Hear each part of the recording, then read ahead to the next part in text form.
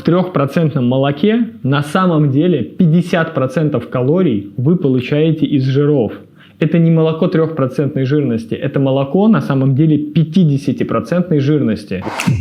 Когда я говорю много жиров, что это значит и как считать от калорийности? У нас есть с вами белки, у нас есть с вами жиры, у нас есть с вами углеводы. 1 грамм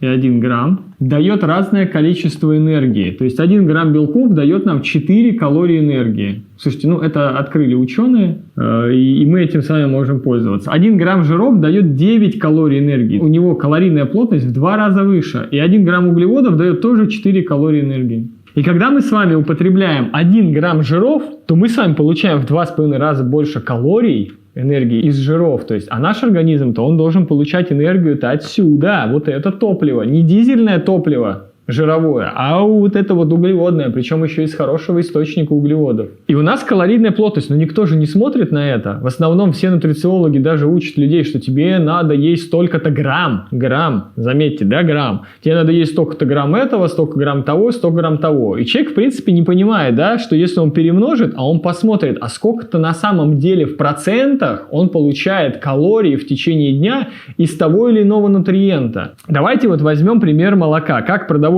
индустрия, реально вводит людей в заблуждение своими рекламными лозунгами. Мы возьмем, например, молоко, которое 3% жирности. Казалось бы, всего 3% жиров в молоке-то, И мы смотрим, у нас там белков 3 грамма.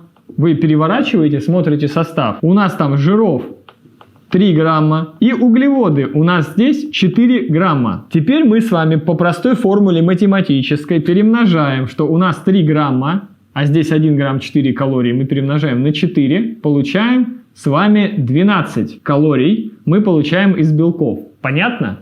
Понятно. Здесь мы с вами перемножаем на 9 и получаем 27 калорий из жиров. И здесь мы тоже с вами перемножаем 4 на 4 и получаем 16 калорий из углеводов. А теперь смотрите, мы с вами белки и углеводы сложим. Белки плюс углеводы 28, а жиры у нас с вами 27. В 3% молоке на самом деле 50% калорий вы получаете из жиров. Это не молоко 3% жирности, это молоко на самом деле 50% жирности.